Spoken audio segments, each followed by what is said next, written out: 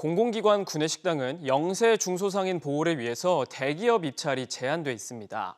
하지만 상주 인원만 4만 명이 넘는 인천국제공항의 직원 식당은 여전히 대기업이 운영하고 있는 것으로 나타났는데요. 대기업 급식업체도 운영이 가능하도록 일반 음식점으로 업태 변경 꼼수를 부린 겁니다. 먼저 정보윤 기자의 리포트 보시고 계속해서 얘기해 보겠습니다. 대기업 계열사 급식업체 4곳이 독식하고 있던 인천국제공항 구내식당. 물가가 비싼 공항에서 한 끼에 5,000원이라는 저렴한 가격에 식사를 제공하기 때문에 이용하는 직원이 많습니다. 상주 직원만 4만 명인 이곳의 운영권은 지난 2월 말 종료돼 지난달부터 신규 입찰을 통해 CJ 프레시웨이와 동원홈푸드, 본푸드가 운영 중입니다. 문제는 2020년부터 공공기관 구내식당은 대기업 입찰이 불가하다는 점입니다. 동원홈푸드와 본푸드는 공공기관 구내식당 입찰 제한 대상이 아니지만 CJ 프레시웨이는 대기업에 포함돼 입찰이 불가능합니다. 그런데 어떻게 여전히 운영이 가능할까? 인천국제공항공사가 인천공항 터미널에 위치한 직원식당의 업태를 집단급식소에서 일반 음식점으로 전환했기 때문입니다. 종료 시점 직전에 집단급식소에서 일반 음식점으로 업태 변경을 하게 되는 거거든요. 이건 다시 대기업 참여를 가능하게 하는 대기업 특혜 꼼수다, 이렇게 좀 이야기할 수가 있겠습니다. 이에 대해 인천공항공사 측은 직원식당 이용객을 정확하게 파악하기 어려운 점 등 위생법상 문제가 있어 대상을 폭넓게 할 수 있는 일반 음식점으로 전환했다고 설명했습니다.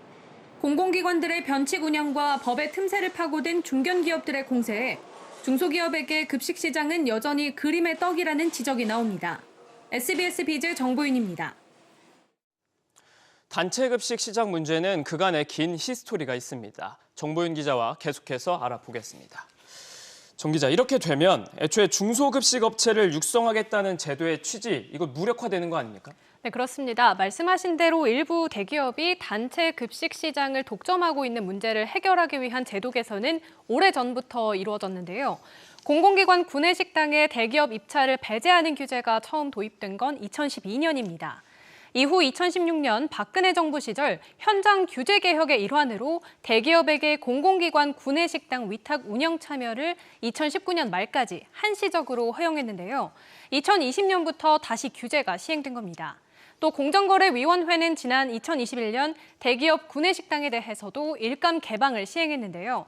삼성, LG 등 8개 대기업 집단이 25년 가까이 계열사나 친족기업에 몰아주던 1조 2천억 원 규모의 구내식당 일감을 경쟁 입찰로 전환한 겁니다. 그렇군요. 민관과 공공 모두 입찰 룰을 바꾼 지 이제 한 2, 3년 정도 됐는데 제도 개선에 효과가 있습니까? 꼭 그렇지는 않습니다.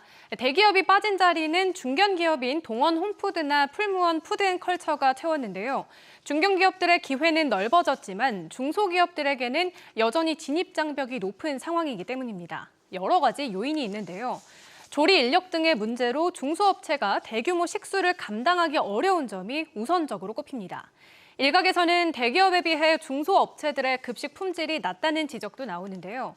구내식당 특성상 저렴한 단가를 유지하면서 일정 수준 이상의 맛을 유지해야 하는데 규모의 경제를 실현 가능한 대기업이 아니고서야 힘들다는 겁니다.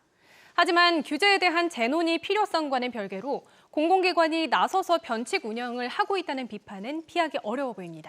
그렇군요. 정 기자, 잘 들었습니다.